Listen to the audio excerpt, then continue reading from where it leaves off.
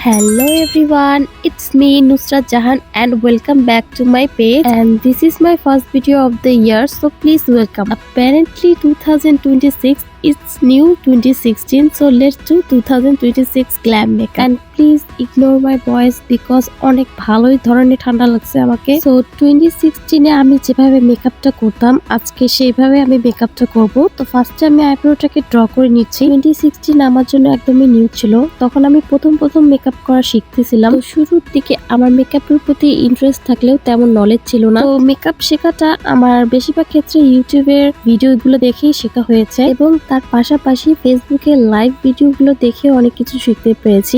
2016 আমি যে step follow করে মেকআপ গুলো করতাম আজকে সেভাবে মেকআপটা করব। সো ফাউন্ডেশনটাকে ব্লেন্ড করে এরপর ক্রিম, নো 2016 আমি তো ক্রিম ব্রঞ্জার ইউজই করতাম না, ইনস্টেড এক কাদা করে কনসিলার অ্যাপ্লাই করতাম। ভাবা যায় মেকআপ ট্রেন্ড কত তাড়াতাড়ি পরিবর্তন হয়। এখন তো আমি ক্রিম ব্রঞ্জিং ব্লাশ অ্যাপ্লাই না করলে মেকআপটা কমপ্লিটই করতে পারি না। ক্রিম প্রোডাক্ট গুলোকে বিউটি ব্লেন্ডার দিয়ে ভালো করে ব্লেন্ড করে নেওয়ার পর ফুল ফেসটাকে লুজ পাউডার দিয়ে সেট করে নিব এবং এক্সেস গুলোকে ডাস্ট অফ করে দিব। দেন নেক্সট হচ্ছে আইশ্যাডো। আই লুকের জন্য তখন আমি বিগিনার ছিলাম, কিন্তু এক্সপেরিমেন্ট করতে অনেক পছন্দ করতাম। আর 2016 এরাটা ছিল কাট ক্রিস মেকআপের, অনেক ইজি ওয়েতে এই ফুল কাট ক্রিস আই লুকটা তোমাদেরকে করে দেখাবো। ফার্স্টে আইশ্যাডোর জন্য